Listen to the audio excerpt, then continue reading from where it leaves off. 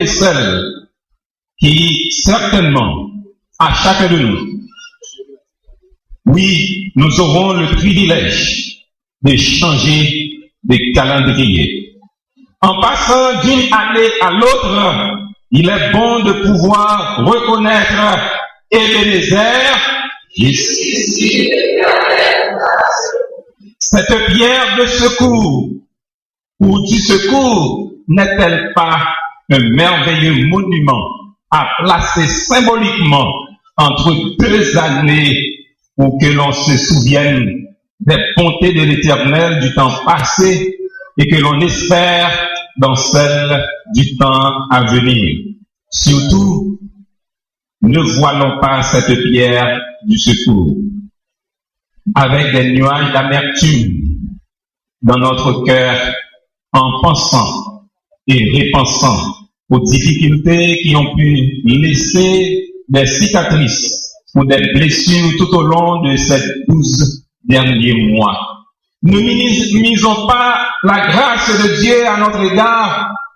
Elle a été réelle aussi bien dans les bons comme dans les mauvais jours. Je rappelle que les cicatrices et les blessures des mois passés sont là pour nous rappeler à l'ordre dans cette nouvelle année afin que nous n'oublions pas que nous sommes des pèlerins et voyageurs dans un monde qui n'est pas le nôtre. Nous sommes des étrangers sur la terre, a dit le psalmiste au psaume 119, le verset 19. Nous devons avoir un comportement et des habitudes qui doivent nous différencier de ceux et de celles qui n'ont pas en vue la cité de Dieu, la cité céleste. Étrangers et voyageurs, il nous appartient de tout faire, mes frères et mes sœurs en Christ, pour garder notre identité d'enfant de Dieu, tout faire pour résister à l'appel d'un monde manipulé par le prince des ténèbres, tout faire pour résister aux tentations que nous avions autrefois et qui viennent encore nous harceler. Bien-aimés, a déclaré l'apôtre Pierre, je vous exhorte comme étrangers et voyageurs sur la terre à vous abstenir des convoitises charnelles qui font la guerre à l'âme. Si vous invoquez comme Père celui qui juge selon l'œuvre de chacun, sans acception de personne, conduisez-vous avec crainte pendant le temps de votre pèlerinage. Ebenezer, jusqu'ici l'Éternel nous a secourus. C'est parce qu'il l'a fait, mes frères et mes sœurs en Christ, d'une façon incontestable, que nous pourrons commencer avec assurance nos premiers pas dans cette nouvelle année. Avec assurance, puisqu'il n'y a aucune raison que le Seigneur nous abandonne au cours de route, puisqu'il a voulu et il veut encore que ceux qui sont à lui restent avec lui pour l'éternité, d'après Jean chapitre 17, le verset 24. Dieu ne veut pas se débarrasser de nous. Il ne veut pas nous perdre. Bien au contraire, nous ne sommes pas une charge pour lui, même s'il doit nous porter, voire même nous supporter, jusqu'à notre vieillesse, a déclaré Ésaïe chapitre 46, le verset 4. Je l'ai fait et je veux encore vous porter, vous soutenir et vous sauver. Voici donc, mes frères et mes sœurs en Christ, 365 jours qui vont s'ouvrir l'un après l'autre selon l'ordre établi. Que l'on soit pressé ou non, nous ne pourrons les vivre qu'un par un. Raison pour laquelle nous sommes invités à ne pas nous inquiéter du lendemain si nous voulons vivre le présent avec un cœur en paix. Une leçon, mes frères et mes sœurs en Christ, il nous faudra encore apprendre en oubliant les fausses sécurités provenant d'une sagesse humaine. Fausses sécurités résulter dans notre emploi, dans notre santé, voire même ce que j'appellerais d'une sagesse charnelle, voire diabolique, pour parodier l'apôtre Jacques en son chapitre 3, le verset 15 du livre qui porte son nom. À chaque jour suffit sa peine. Ne vous inquiétez pas pour le lendemain, car le lendemain aura soin de lui-même. Nous devons vivre ces 365 jours, un par un. 365 jours, un chemin qui semble long lorsqu'on enlève la première feuille, la première page d'un nouveau calendrier. Mais un chemin court, trop court peut-être, lorsqu'on enlève les dernières pages de cette année 2014. Frères et sœurs bien-aimés, une année est longue ou courte par rapport à la façon dont l'année a été vécue, soit pour la gloire de Dieu, ou bien nous avons perdu notre temps.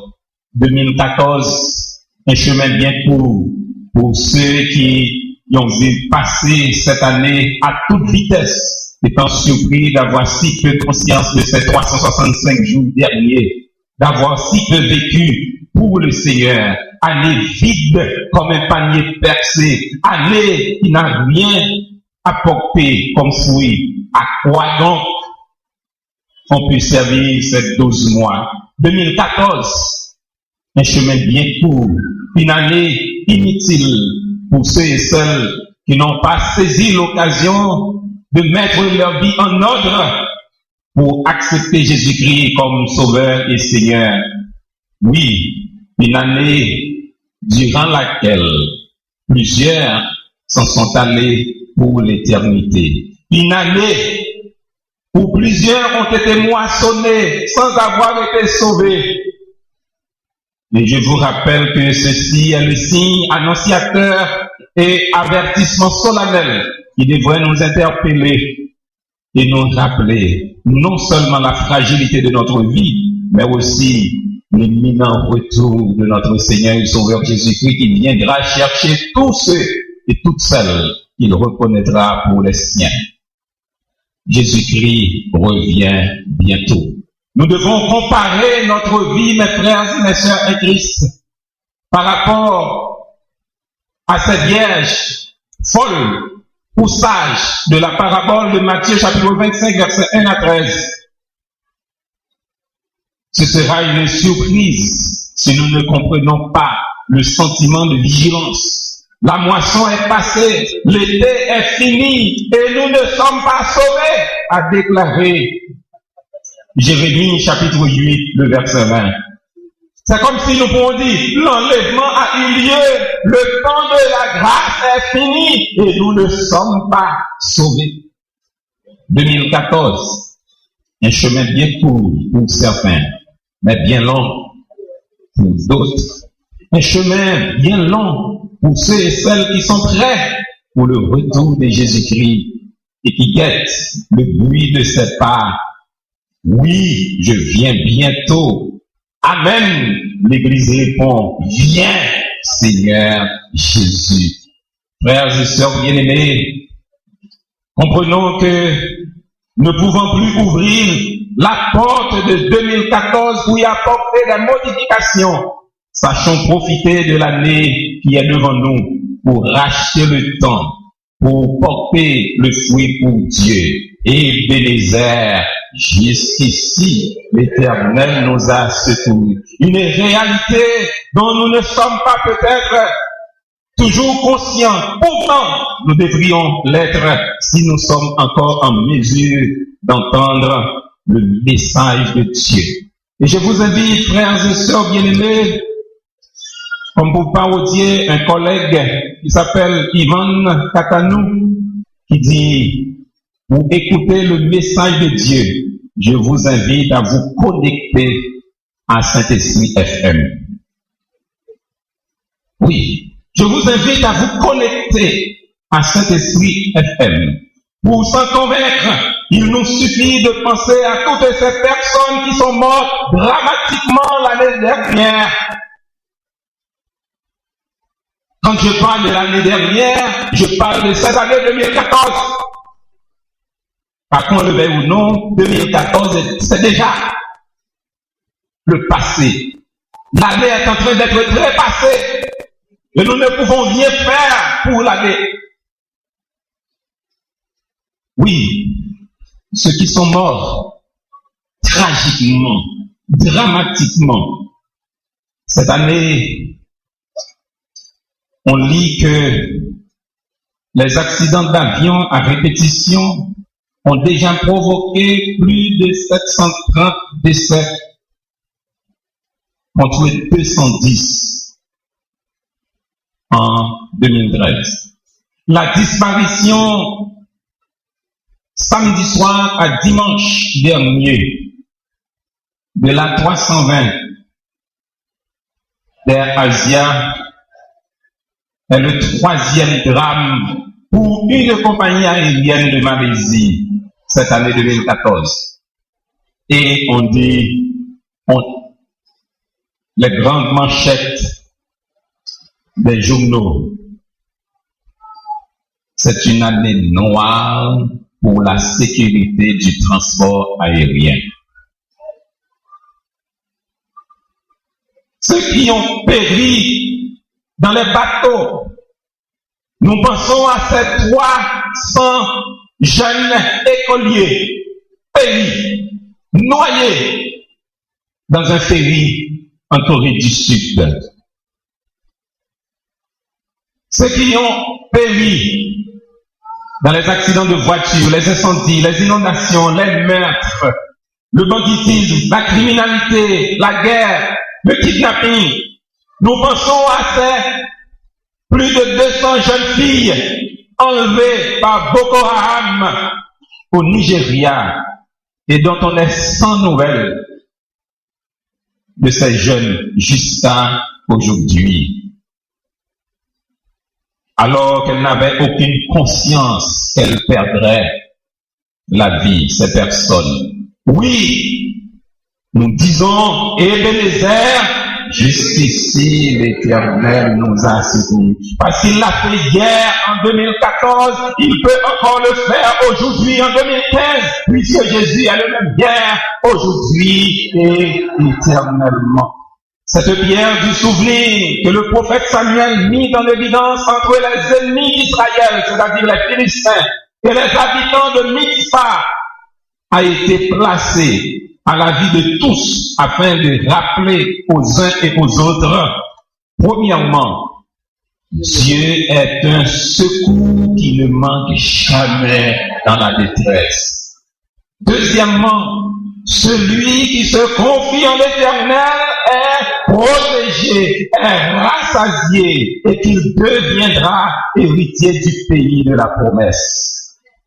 Cette pierre du souvenir, frères et sœurs bien-aimés, Ebenezer, jusqu'ici l'Éternel nous a secourus, placé symboliquement entre l'ancienne et la nouvelle année, nous invite à montrer une profonde reconnaissance envers notre Père céleste.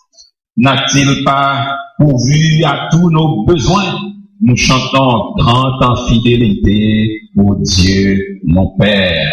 Oui, il est possible que tout le monde n'ait pas le même enthousiasme, que quelques-uns manifesteront des signes de mécontentement en constatant leur situation économique, leur situation sanitaire, leur situation conjugale, leur situation morale. Et j'en passe, et minimiseront l'action de Dieu dans leur vie. Pourtant, cette situation, même si elle est significative et importante, est encore un motif de satisfaction si l'on songe, si l'on se rappelle à ceux et celles qui sont dans des conditions plus terribles. Haïti est un pays très dur, mes frères et mes sœurs en Christ. Mais savez-vous que j'ai entendu dans les nouvelles, en venant ici, qu'un enfant de 2 ans, jouant avec sa mère, de 29 ans, l'a fusillé.